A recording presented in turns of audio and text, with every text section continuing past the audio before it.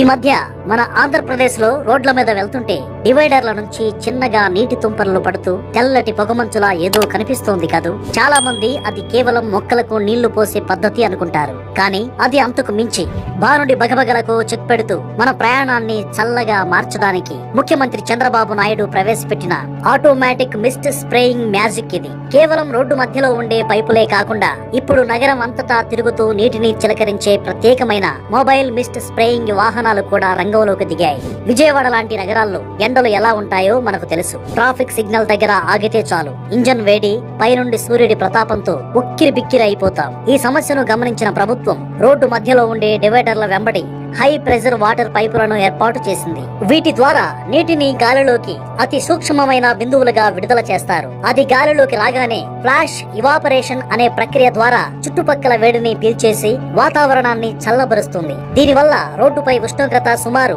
3 నుంచి 5 డిగ్రీల వరకు తగ్గి వాహనదారులకు గొప్ప ఊరటనిస్తోంది. పైపులు వేయడం కుదరని ప్రాంతాలు లేదా విపరీతంగా దుమ్ము ఉండే ఏరియాలో ప్రత్యేకంగా మొబైల్ మిస్డ్ వెహికల్స్ ను అందుబాటులోకి తెచ్చారు. పెద్ద ట్యాంకర్లకు అమర్చిన మిస్డ్ క్యానన్ల ద్వారా ఈ వాహనాలు రోడ్డు పొడవునా వెళ్తూ గాలిలోకి నీటి తుంపర్లను చిమ్ముతాయి.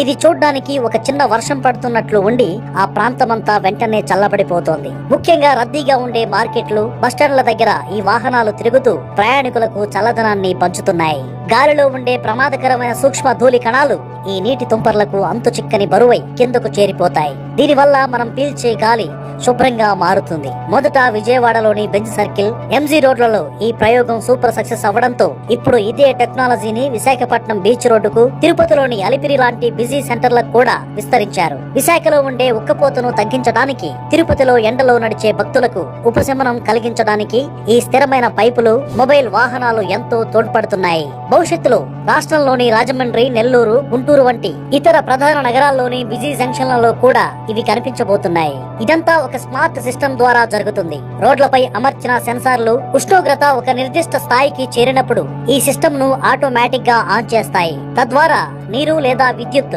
వృధా కాకుండా జాగ్రత్త పడవచ్చు. అలాగే డివైడర్ల మధ్య ఉండే మొక్కలకు ఇది ఒక రకమైన హ్యూమిడిటీ ఛాంబర్ లా పనిచేస్తుంది. దీనివల్ల వేసవిలో కూడా మొక్కలు వాడిపోకుండా కళకళలాడుతూ పచ్చదనాన్ని పంచుతున్నాయి.